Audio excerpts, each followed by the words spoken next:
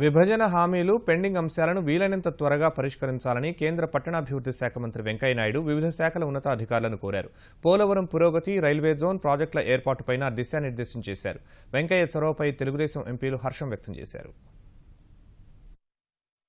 Parliament budget సమావేశాల నేపథ్యంలో రాష్ట్రానికి రావాల్సిన అంశాలను సాధించాలని నిర్ణయించిన తెలుగుదేశం ఎంపీలు ఆ దిశగా ప్రయత్నాలు సాగిస్తున్నారు. కేంద్ర మంత్రి వెంకయ్యనాయుడు నేతృత్వంలో విభజన హామీల అమలు, వివిధ ప్రాజెక్టుల సాధన దిశగా కృషి చేస్తున్నారు. పార్లమెంట్లోని వెంకయ్యనాయుడు కార్యాలయంలో రాష్ట్ర ఎంపీలు భేటీ అయ్యారు. సమావేశానికి వివిధ శాఖల మంత్రులు, అధికారులను వెంకయ్య పిలిచారు. రాష్ట్ర ఎంపీల విజ్ఞాపనలపై సంబంధిత శాఖల మంత్రులతో 2 గంటల పాటు సమీక్షించారు. పెండింగ్ అంశాలు పరిష్కరించాలని కోరారు. నాగాయలంకలో క్షిపణి పరీక్ష కేంద్రం, చిత్తూరు జిల్లాలో ట్రూప్ శిక్షణ కేంద్రం ఐఎన్ఎస్ విరాట్ ను ఏపీకి అప్పగించడంపై రక్షణ మంత్రితో వెంకయ్య చర్చించారు. మావోయిస్టు ప్రభావిత ప్రాంతాల్లో రోడ్ల నిర్మాణానికి 1,117 కోట్ల రూపాయల ప్రతిపాదనలకు ఆమోదం తెలిపి నిధులు మంజూరు చేయాలని, 2 లక్షల గృహాలు కేటాయించాలని కోరారు. ఇవాళ జరిగిన సమీక్ష వలన కొంత ఇవన్నీ మరింత చురుకైన పాత్ర ఒకసారి గుర్తు చేయడం, చేసిన దానికి ధన్యవాదాలు చెప్పడం, ఇవన్నీ కూడా చేయడం జరిగింది. న్యాయశాఖ మంత్రితో మాట్లాడాను నేను.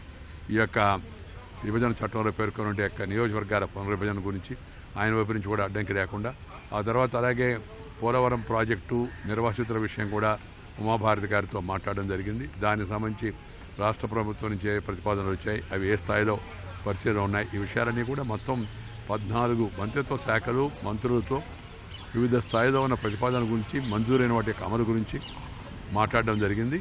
దీనివల్ల ఆంధ్రప్రదేశ్ అభివృద్ధి మరింత వేగం పుంజుకుంటుందనే విషయం మనం అర్థం చేసుకోవచ్చు.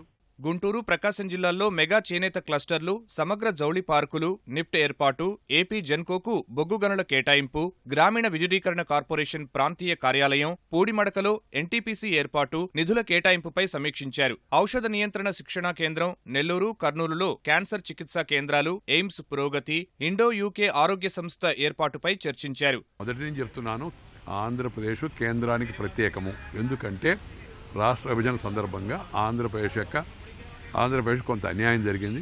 అందుకని ఒకవైపు ప్యాకేజీ పేరుతో సుమారు 3 లక్షల కోట్లకు పైగా వివిధ పథకాలు ప్రకటించడం జరిగింది. వాటి యొక్క అమలు ఎంతవరకు వచ్చింది, వాటి మంజూరు ఎంతవరకు వచ్చింది, దాంతోపాటు కొత్తగా ఇంకా ఏమేమి ప్రాజెక్టులు మంజూరు చేసే అవకాశం ఉంది. అలాగే ఆరోగ్య శాఖ మంత్రితో మాట్లాడి ఆంధ్రప్రదేశ్కి అదనంగా పీజీ సీట్లు కూడా కొన్ని మంజూరు చేయమని కోరడం జరిగింది.